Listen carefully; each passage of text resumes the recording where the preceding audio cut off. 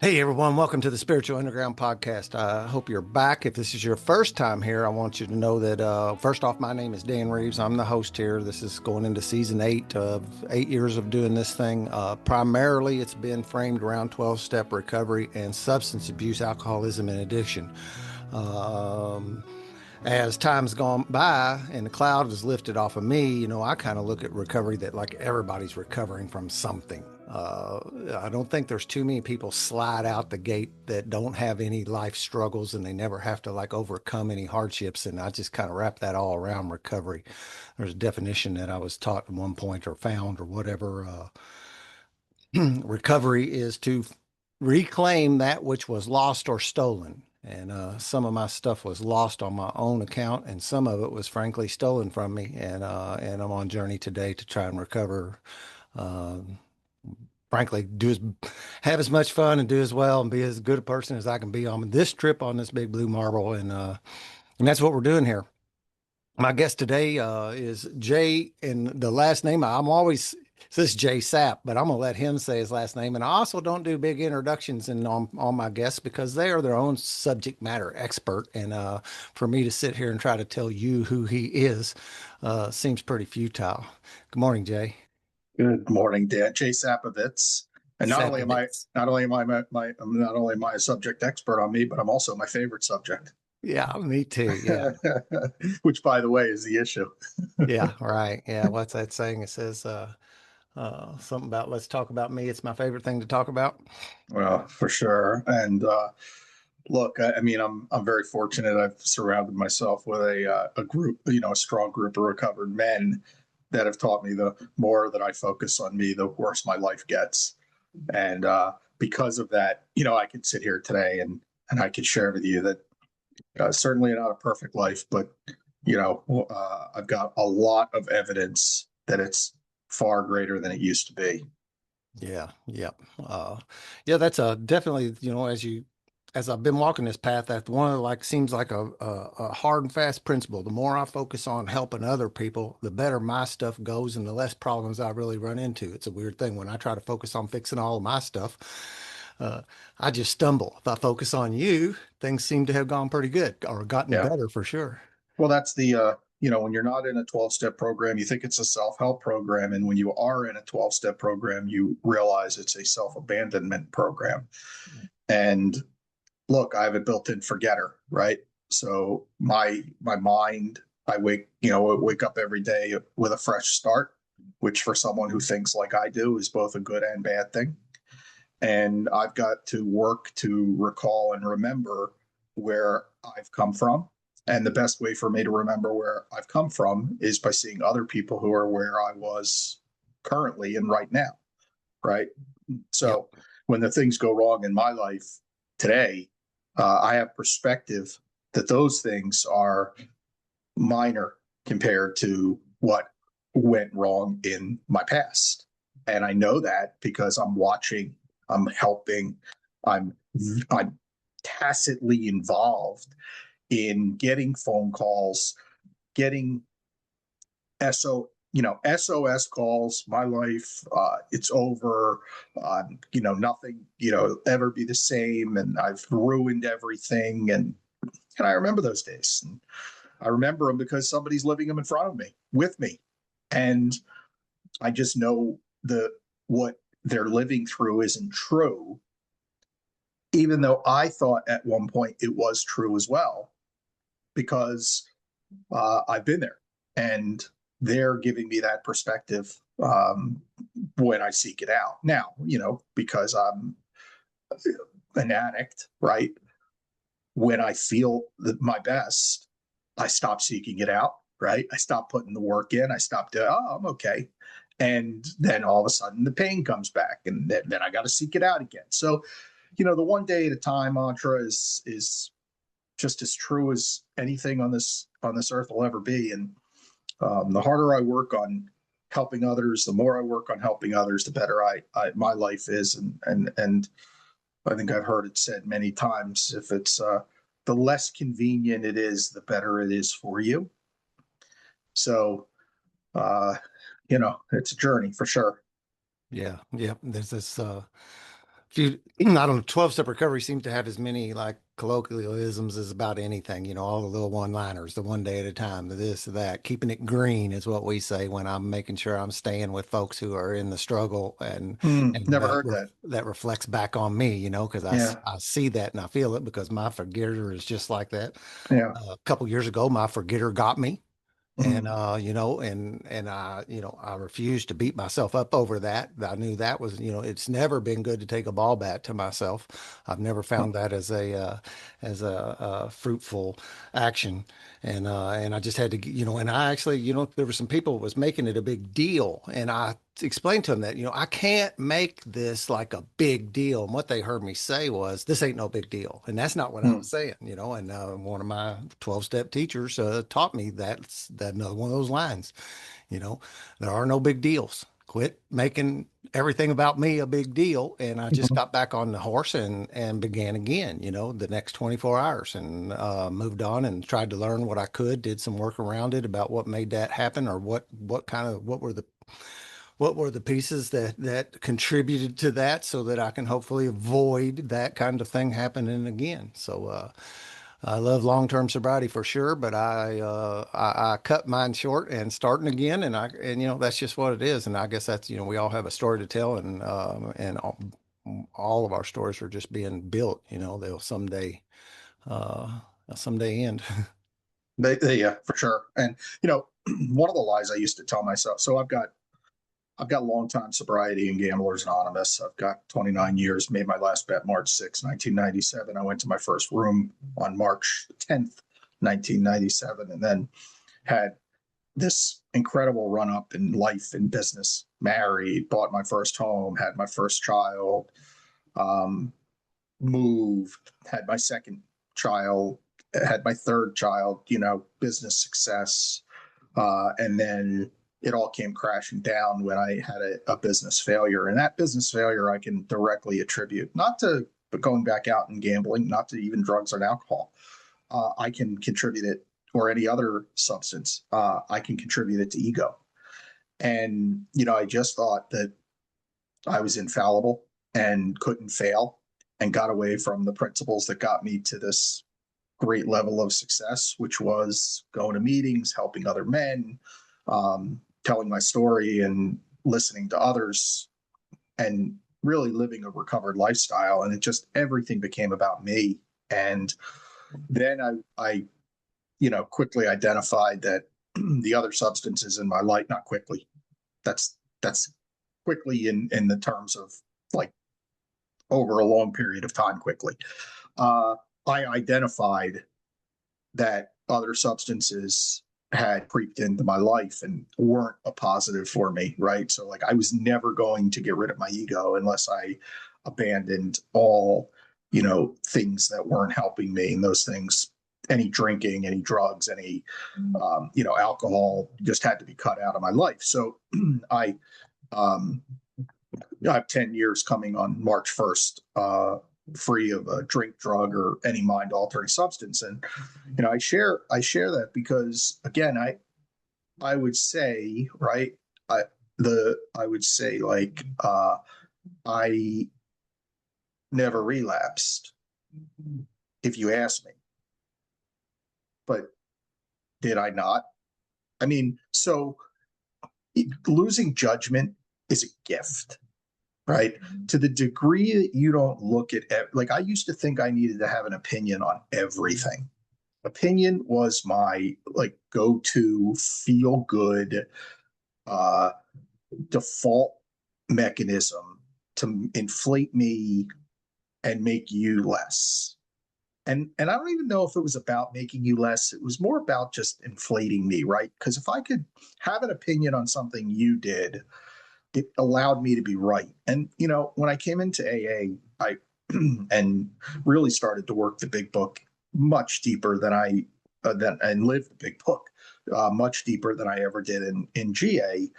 For me, the thing I heard that resonated was you can either be emotionally sober or right. And I had a real addiction to being right. And being right meant that my opinion on I had to have an opinion on everything. I had to engage in a conflict in everything, and I pass judgment on everything. And the biggest change that I've made in my life is that I'm able to sit on the sidelines today and not have an opinion on everything, right? Is it good? Is it bad? Right? I don't know. Right? We've heard, I'm sure you've heard the story in the Buddhist monk who's got the plot of land, and so we, I just don't need the I I just don't have to be involved in everything. Like I allow the world to pass me by without making judgment on it. Now, judgment might slip into my head, but I clearly tell myself and remember, like, you don't know. Because it used to be I'd live how many days, I'd live 1,000 conversations in my head before I had one. And I would live the outcomes of those conversations before I had the conversation. And then I'd have the conversation, and the outcome would be completely different from what I thought the outcome was going to be, right? This is going to be terrible. This is going to be great. Well, how many times was the thing that was terrible came a non-event, or the thing that was going to be great actually ended up hurting me? So this just concept of knowing and being right had to be struck from my world. And that's really where the depth in my recovery started to kick in, is when I started to sit on the sidelines of everything and not have to be involved with everything that passed. And gambling, I recognize, was ego driven, right? I want to be right. The seven's going to beat the four. I, I mean, I know whether a 2,000-pound animal with a 120-pound dude on the back of him is going to run faster than another one. Like, I know that because I read a piece of paper. Like, are you kidding me? Or the bounce of a ball is going to, you like, I watch an NFL or college football game now, and I like laugh, guys saying to themselves, they knew this outcome was going to happen. And like, how many times is like a knee touch the ground this far back or in front, or somebody, a lineman tips a ball with the very tippy top of his fingers that gets intercepted. And like, you have no idea any of that stuff is going to happen. And if you watch it with that critical lens of, I know, right, and realize how crazy the concept of it is that you actually know, for me, my life got better. Yeah. Yeah. That old concept of I don't know, because that was something I really had trouble saying all my life. I had Oh, to have, I needed to have an opinion. I needed to prove to you that I had some knowledge in, everything that come across my plate, yeah, and that's just as crazy as thinking I know the outcome of a ball game, that I'm yeah, going to have a wraparound. And the longer I've been around, and I've heard other people say this, most everything comes out of me. I heard from somebody else is, the longer I've been around here and doing this recovery thing, the less I know. It's yeah, like I'm getting dumber. Uh, yeah. that's I not was, exactly true, but it's a letting go of that stuff, letting go of the need to know and the yeah, need to have that. And then also, like you totally. said, that self-inflation at the bottom line. Well, I think what it is I needed you to think I knew. I needed to impress something Oh, upon totally. you, because it was all about me. Yeah, what you think about me was extremely important to me. And my sponsor said to me very early on in my recovery, the second time, if you call it that, or I call it my recommitment to recovery. He said to me, he said, "What people think about you is none of your business." Yeah, right. And I'm Yeah. like, "What do you mean? Like, I don't have." And the longer I've been with them and lived with recovery, I realize, like, the only thing I can control is whether or not I do the next right thing, and most of the time I do, and when I don't, I suffer. Yeah. Yep. I mean, it's just really that it's kind of that it's that cut and dry, Dan. It really is. When I do the right thing, my life is better. When I don't, I suffer. Yep. But yet I choose to suffer. Hmm. I mean, let's face it, right? That's a choice. And I didn't have the I didn't have the ability to recognize that as a choice when I was flowing things through my body, or when I allowed my emotions to peak or get up, or, anger is anger is not my friend. I just can't deal in it any longer. And I tell you, the one thing that, not one thing, I mean, but one thing that has really been of great value to me is I really, as bored as I feel like I can be at times, um, because I don't live that fast paced, chaotic lifestyle, not having to clean anything up is a gift. I mean, there's just no damage on a day to Yeah. day basis. And when you stop inflicting damage and you stop having to clean things up, life can be a little less exciting. But like, I don't romanticize what that excitement was. I just share that it was. Yeah. Because in fact, for all the excitement that I lived, um, yeah, it was just the knots in my stomach today are able to be pretty easily removed with some prayer and some effort. Like I can give you an example. Talk about, you know, it's snowing. It it's going to be hard to get to meetings. It's going to be crazy. I've got a phone full of contacts that I can text people and be in contact with people. So I can text people. Now that might be the minimum amount of work that I can do to relative to reaching out to other AAs or other people in recovery, but that's not nothing. So there's always something to do to get me away from me, because the minute that I send that text, answered or not, I'm reaching out to help others, which means I'm not focusing on myself.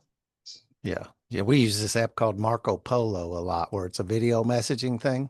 Hmm. And so then when I send it, you can watch it at your leisure or listen to it, whatever, as you're at your leisure, and you can respond at your leisure.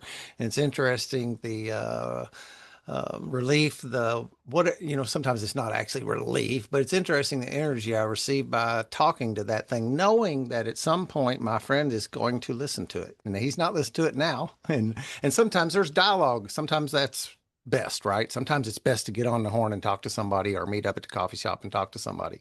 But like For just to sure. keep the day to day, life is busy, it's gotten overwhelming almost with the data and the texts and all this. But I can do that when I'm driving to work in the morning or whatever, and I can contact a buddy and leave him a message and know that in a few hours or maybe even tomorrow, he'll kick back to me and we'll have this long-term dialogue. But it's stuff like you said, it's taking some action and it's doing that Yeah.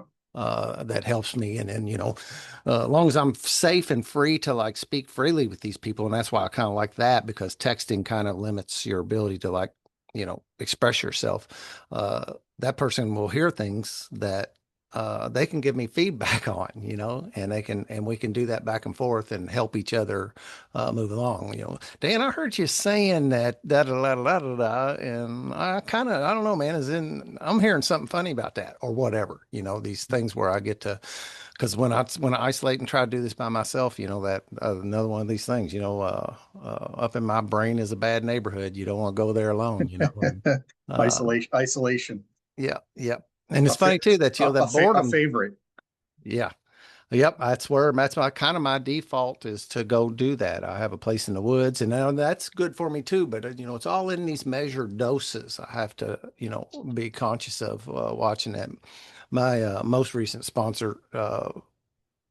past sponsor, we always had a running joke. You said something about one thing, and we would say the best thing about recovery, the best thing, and we got this big pile of best things, and we would Yeah. smile at each other that because there's just so many life tools come out of my exposure to 12-step recovery that and today, most time only thing I really want to do is share those tools with other people. That's the mission, right? That's what keeps us and our heads where they need to be. Yeah. Yeah. I used to think I was, and I was, it wasn't like I was a monster in my sickness, let's just say whatever, in my active addiction. I wasn't like just a monster. I was still, I know where this phrase lands, but this functional thing, because I held my job and I raised my family and Yeah, I same. showed up and I did the things that I was doing. But, also kicked over a whole lot of cans that I really wasn't looking at and kind of downplayed that little episode and this episode. And like you'd said, I can lay my head down and kind of do my 10th step at night and think about the day that I had. And, it's a rare day that I caused damage, that I did anything I need to fix, not to say again that perfection thing, and thank God that's not a requirement, right? You said earlier about not had a perfect life. What is that, right? What is that? But I can lay my head down at night most of the time and know that I was a just to put it frankly, I was a pretty good dude today. I didn't cause any problems. I didn't mess anybody up. Yeah, the functional thing is an interesting comment because I've always really been CEO of company, have been for a long time now, since, well, coming up I guess on 20 years. Um, sold the business that I built back in 2001, was a high earner many years. So I also was what most would consider on the outside um, high functioning, raised three kids at every event, never missed, rarely missed my kids' functions. But, for a long time, wasn't, the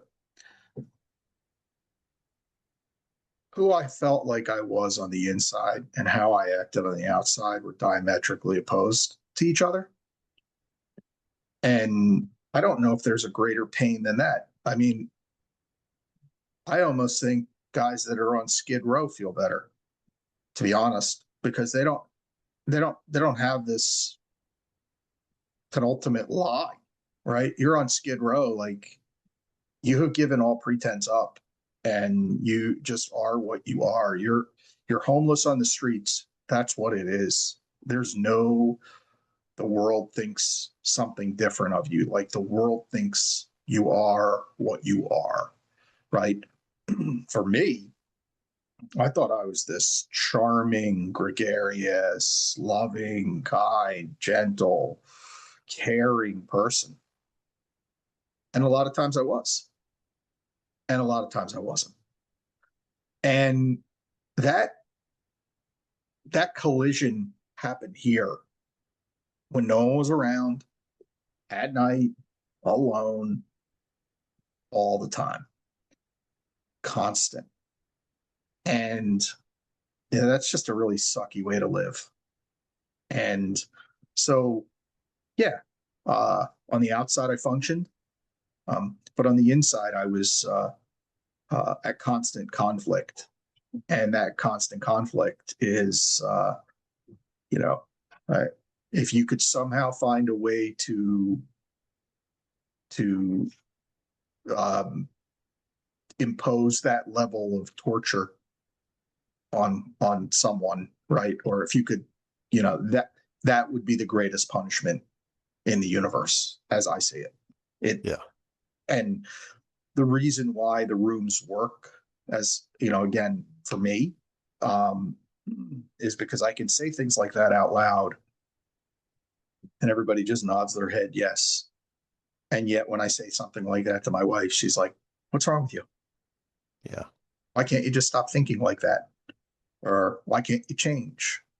Or that doesn't make any sense?" Or whatever normal person hears when I use those words. Whereas you hear something that runs through your body and right to your soul. Right. Yeah. Yep. Frankly, it's kind of a real magic thing the way that works, and the fact that it's spread out to so many different, the 12 steps are used by, like I've always heard, I don't really know, but 100 different people, groups of different anonymous Mm-hmm. XA, X being the variable. Uh, just, I don't know that there's anything that's helped more people.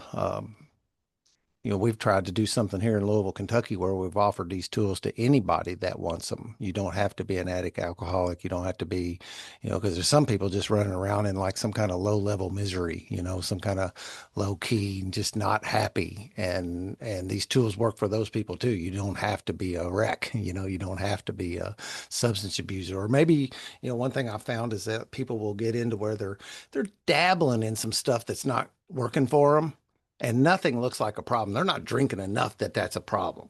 They're not overspending enough that it's a problem. But when you like scoop all that and put it in a pile, they don't have a single thing. So therefore, also they think they don't fit any place that would be to help them. And I've worked with quite a few people who were like that, that had a lot of smaller things, not one big overriding issue.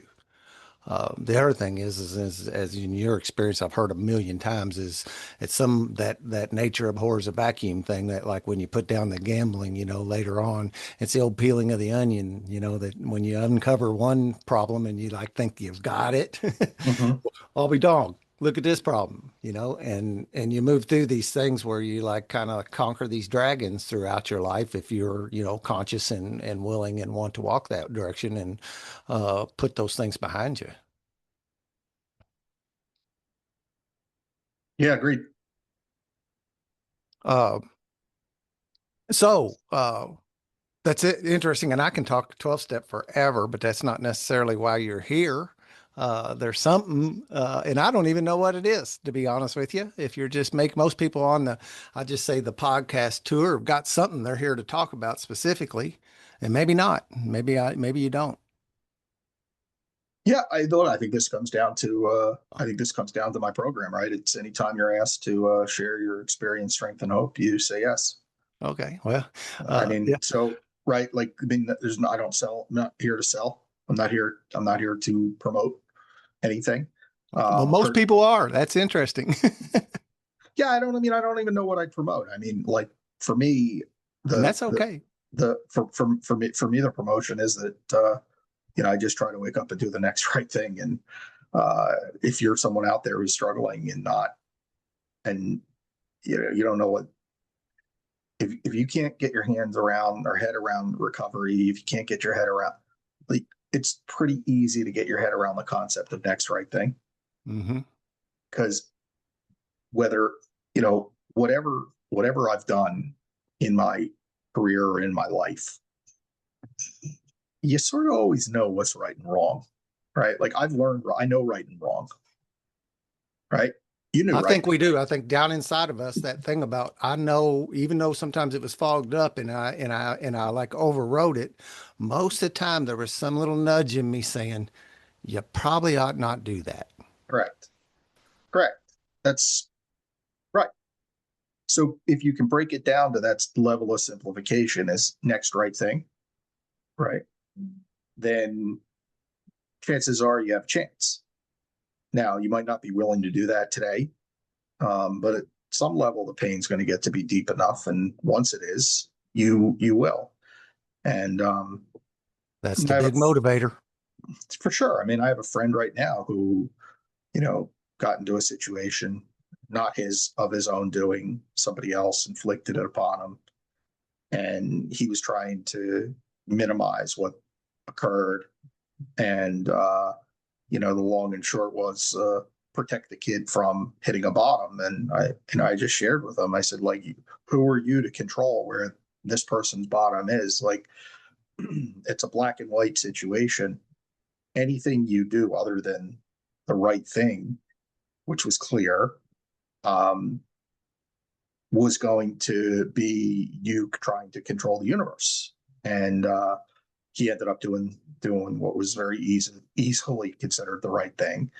And whatever's going to happen is going to happen. And we just, again, like I love control. I love to be right. None of those things have changed. Um, the way that I quote unquote feel doesn't go away. I'm just able to I'm just able to work through it by not focusing on myself, but focusing on others. Turn my attention to others. So Yeah, yeah, for sure. that where we, it's interesting that I find in 12 step recovery and specifically by bouncing around here a little bit, and it sounded like I can relate a lot to your friend, I think. Hmm. I've got what sounded like a similar situation in my life. And, but I also know that like the last person that's probably going to have an impact on this person's change is me. It's probably not going to be me. And what I see so often, and it's one of the dynamics that I started seeing was when people would come in 12 step recovery and they want their friend to sponsor them. And I rarely see that work. It's typically a stranger Oh, for sure. that comes in and is the one that you hear from. And, but I want to be, I want to impose my will here. First off, you're impacting me by what you're doing. So me again, this is on me, and letting go of that kind of stuff, and just letting, another one of these phrases, you got to let them have their journey. Yep. Who am I to direct that? Or now, that doesn't mean, well, sometimes it does mean removing support. It doesn't mean I don't love you. It doesn't mean those kinds of things. Sometimes that's interpreted as like I don't care when I detach from the situation. Looks like to some people, especially people that are not in recovery, it looks like I don't care. And that couldn't be further from the truth. I do care. I care deeply, but I also understand where my boundaries are at, and where I'm, the old powerlessness thing. I'm powerless with that. I don't have any power over that situation. One of the Yeah, look, I mean, this situation never comes to light if this person were to isolate and not share a situation with again, we have a text group of strong recovered men that are on that text chain, and it'd be very easy to have buried what happened and not brought it to the light because you don't want anyone else to comment or share what, you know, but he raised his hand, he asked for help, and you know, we participated in that. Um, and talking about help, you Hmm. ask, am I, do I have anything to promote? I don't. But one of the things I do is I'm on the 1-800 gambler hotline, Oh, nice. which is the nationwide hotline, and I have been for years. And it's interesting because 9 out of the 10 calls I get are from people who are loved ones and not the gambler themselves. Hmm. Um, and I've never been part of like an Al-Anon level program. I've always been GA or AA. For me, NA, just briefly, um, before transition to AA. But I I get to hear a perspective that's just a different perspective than the one that from living it from my side. And boy, it's hard. Like it's hard to hear the loved ones of addicts because they're just so helpless and so manipulated and so used and so um, vulnerable that oftentimes it's I tell them the truth uh, from a perspective that they've never heard the truth from before, right? So a recovered compulsive gambler, they're wanting to help somebody who's got that issue, and I tell them, here's the truth of their situation, right? Which always is financial, because that's the trigger in GA is it's a money problem. Nobody knows that you're doing it. Next thing you know, that uh, you don't have you've taken 3 mortgages out on your house. Um, and most people want to help the only way they know how to help, which is financial. So telling somebody who's a loved one, oh, by the way, like you can't help them financially or else that's going to hurt them, is a really, really like devastating piece of information to give them. Um, You'll have question and answer. Have you ever helped them financially before? Well, yes. Okay. Um, here's why we're here. right? So um,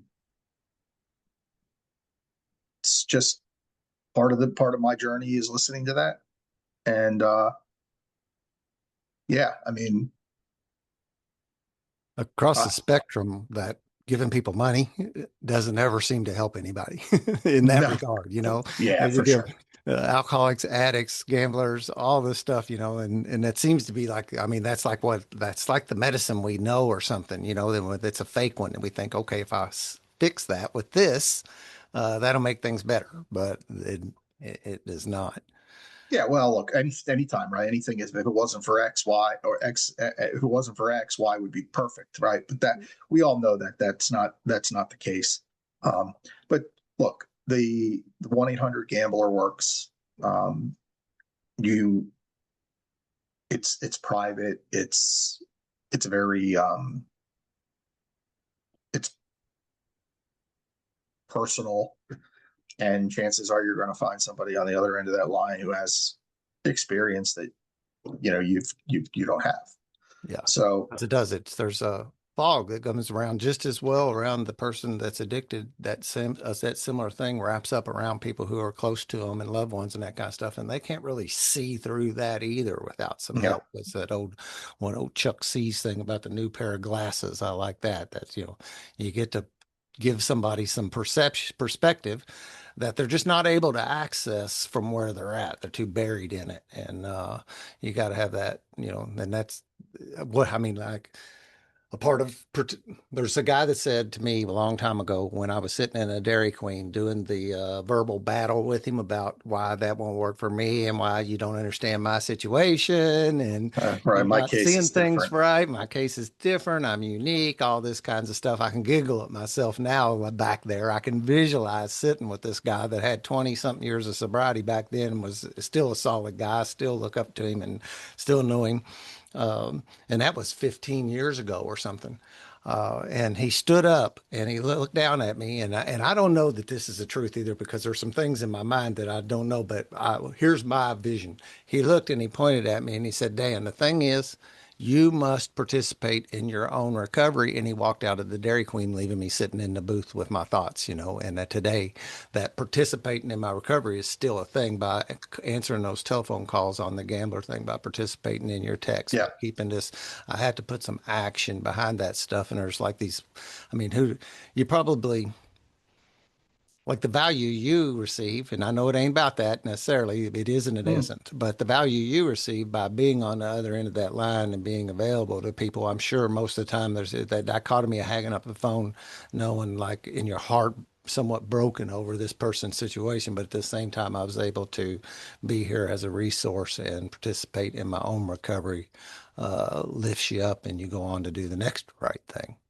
Well, it's also part of my specific story. I called that number Ah, myself. I mean, I mentioned my last bet was March 6th, 1997. It was also the day that I called the 1-800 gambler line. I got a guy named Steve.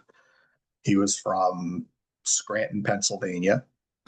And I'm going to tell you, it was the first time I had ever spoken the words out loud to any human being that I was a compulsive gambler. It was also the first time that I had ever really told anybody the truth.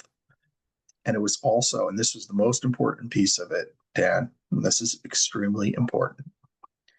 It was the first time anybody spoke the truth to me.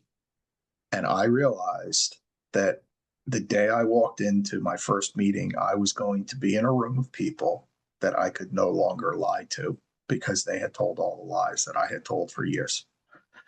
And that's what the rooms do. That's what the rooms do because there wasn't a person in my life that I couldn't manipulate, and there wasn't a person in my universe that I had. I walked into this room, and I realized everybody in there was just like me. So I didn't want anything from them. They didn't want anything from me. Need nothing. There was, no money to exchange. There was they just wanted to give me their strength and hope and share with me that they've been on the journey that I've been on and give me a safe place to express where I've been, um, without making judgment as to whether or not it's been better or it's been worse. I mean, look, let's face it, right? Like you're outside of Louisville, Kentucky, right? And how many people who don't know you must say like, "Oh, Louisville, oh, great bourbon," right? And now all of a sudden you're in a conversation, right? Which, you know, I went to the I went to college at UNLV, and you go to Las Vegas at 18 years old to go to college. And when people ask me about it, I tell them the truth. I did Vegas in 5.5 years, like you do Vegas in a weekend, and that was the truth. And I'm sure you didn't miss a barrel. So back in the day, so um, somebody needed to cut to the root of that and share with you, like, you might have had some good times, but overall, like, that's that. I look back at those times, and believe me, it helped shape where I'm at today. And I don't remember them in a negative fashion, but I also don't glamorize it in my mind to think that it was anything but overall, um a accelerating force to my to my eventual getting clean. Which, I guess, look, if you look at it in that term, I mean, that's probably not the worst thing. I was 25 years old when I eventually got clean from gambling, and that's Mm. that's a good thing. Um, that it happened to me at a young age. Um, Believe me, I think I could have doubled my age, and I was the youngest. I would have still been the Yeah. youngest in GA. So, yeah. So anyway, I mean, that was the beauty of that line, and that's one of the reasons why I raised my hand to participate in it, and try and help others today. But I Yeah. call that line not a family member. So when I do get somebody who actually is ready, um, Call me. I love when I actually get the person. But like I said, I find myself getting more family members than anyone. So, I've um, seen that too. but look. I mean, for me, uh, it's nice to have a place for people who don't know where to go. Even though I get it, it's on every ad, right? You could argue ads should be, shouldn't be. I don't care about that. Like, I don't even care about, even in my business life today. I do business with gambling and gaming companies in my business today, right? I mean, I'm a screen print embroiderer, promotional marketing firm, and I do business with the big companies that are in that space. I have zero opinion. There's people who can gamble in safety. I happen to not be one of them. They all know it and don't care, right? Um, Yeah, I but know people who are in AA that own liquor stores. I know people yeah, who are bartenders. for sure. I don't think I could actually do that. I don't know, but that's Yeah, kind of outside. But hey, you know, I get what you're saying. yeah. That the power of, well, I'll go back to that, because of this, like, podcast is one thing, and various things, my anonymity doesn't exist, right? And that's another one of Mm, those things that kind of can catch me some heat a little bit, that, a lot of old timers think I'm doing something I shouldn't be doing by being public with this. mm, But also what I look at it as is actually gives me more opportunity to be of service and to help, because if I hid in the closet, nobody would know I'm here, that I have some experience to share. So I get those phone calls and the Facebook messages, and most of the time it does come from a loved one, a lot of times from a spouse saying, hey, and I do talk to them, but and they want me to help them or whatever, or not really that, but that's why they're calling. And but my thing is, they have to call me. They have to you. reach out. I can't help Yes. them through you. They have to want this. The patient must comply with the treatment. It's got to be on them. And sometimes they do, and sometimes they Yeah. don't.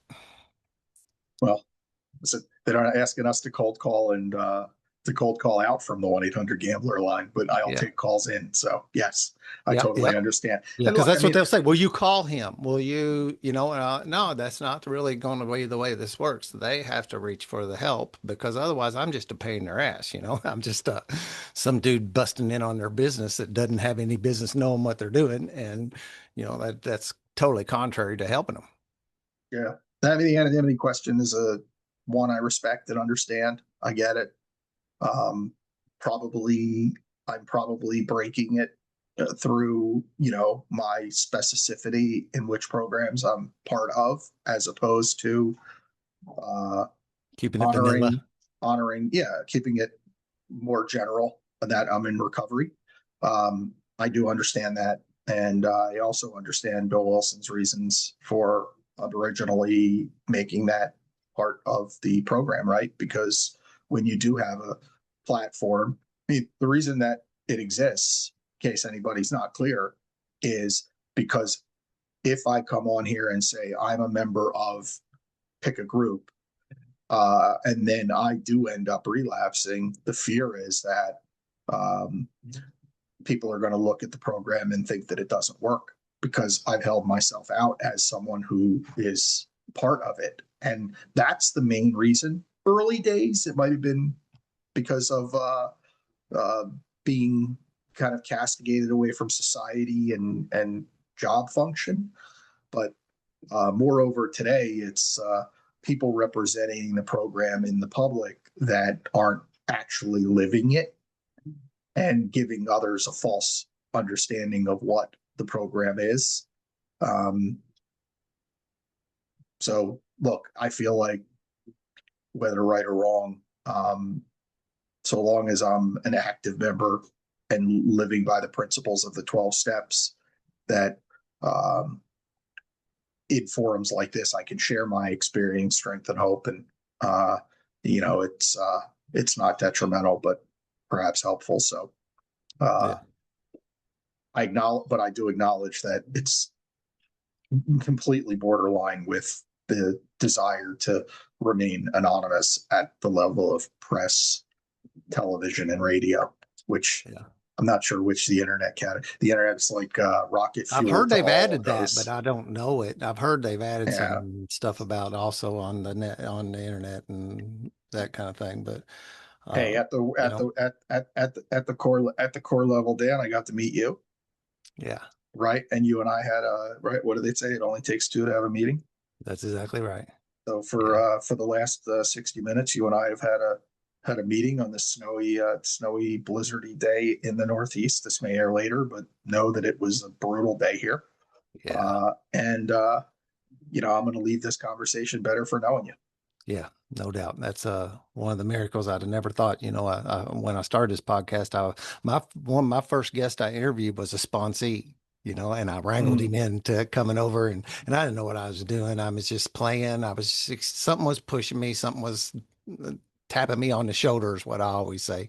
Someone was tapping me on the shoulder, and then now today I get to meet people from all over the world and have really cool conversations, and that's a blessing. I have fun doing this regardless if anybody's watching or listening. I don't watch any of that. I don't pay attention to any kind of stuff. I don't have any sponsors. I'm not making any money.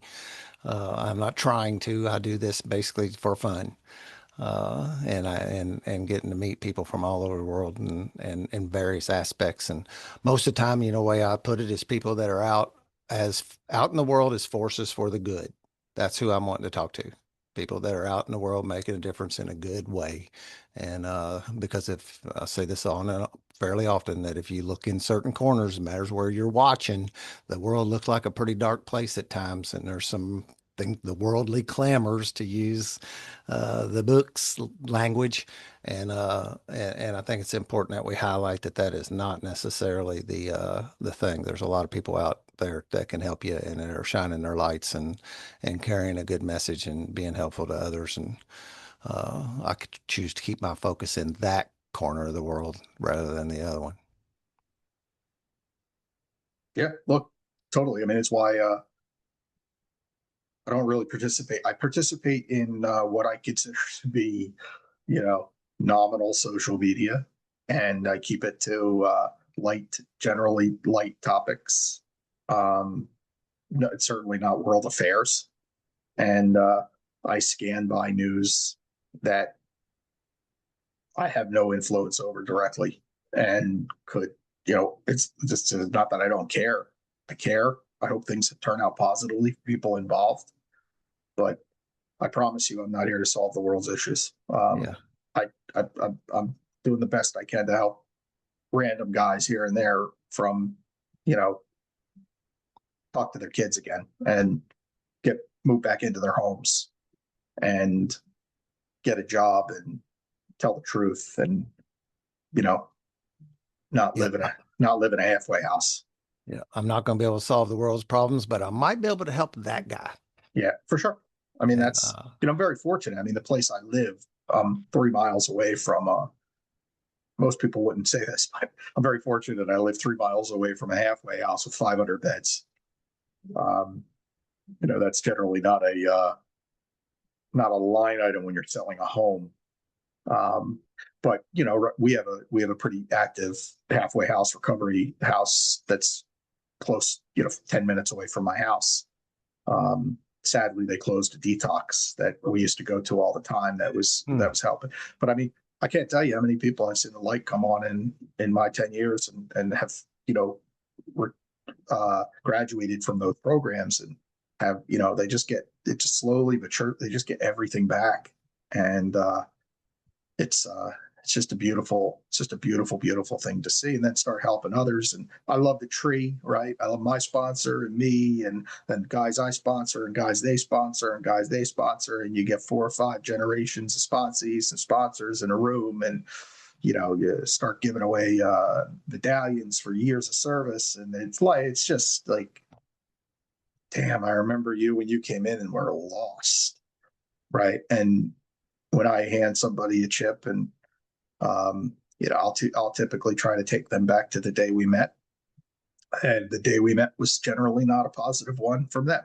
It was, I've got one person I can think of individually, right? He lived in an apartment away from his home. His kids were small. He smoked. He was 45, 50 pounds heavier than he was today. He hated his job. Like, and like you look at his life today and the guy's on top of every category is A plus, and that there's no substitute for that. But you don't get that unless you're active. And what do they say? We recover with our feet, and nothing ever has been more true than that, Dan. yeah, absolutely. Absolutely. I see up above behind you on what looks like a whiteboard. It says love you and a partial piece of somebody's name. You got a message back there from Uh, that's cool. yeah, that's my daughter. Love you, Maddie. Yeah. And she wrote that when she was a kid. I've got some dear dad, I love you stuff from all my kids up on my wall here to the side. And um, that you can see those golf balls there. That was the business that I had built. My father-in-law bought that for me. Did that a few years, sober, well, a year and a half, 2 years sober from gambling. And yeah, I mean, look, everything I have in my life is directly attributed to giving up a bet um, 29 years ago. And I say that from a guy who's sat in his basement with a decision to uh, either live or die. And I don't say that, I had the means to make both happen, and chose life.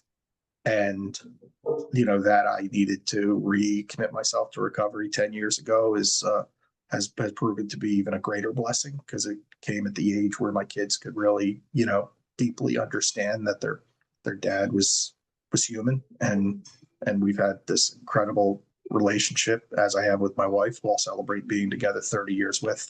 Or just did Right. actually last weekend. So Nice. yeah, not a perfect life by any means. I'm in it, and but you know, I'm uh, I'm grateful I'm grateful to have opportunities, and I try to take advantage of most of them. So yeah. Yep. Yep. I will close up here and move on with our day. The I had a bunch of cool things happening in my life when I was new to recovery, and my sponsor had said I should make notes of those, keep track of them, write them down because you will forget Mm, them. And so then that was like wonderful advice I try to give today too, because now I have this like, because I haven't forgotten, but something will have to spur my memory to remember them, but I can revisit that. And I call it my miracle list. And, you can put a lot of fruity words and what miracles are and divine and whatever. But at the baseline, what those things are is these things would not have happened had I continued on the path I was on. If I this thing, everything in my life that's good is anchored to my recovery. It really, and I'm not confused about that. Bingo. Yeah.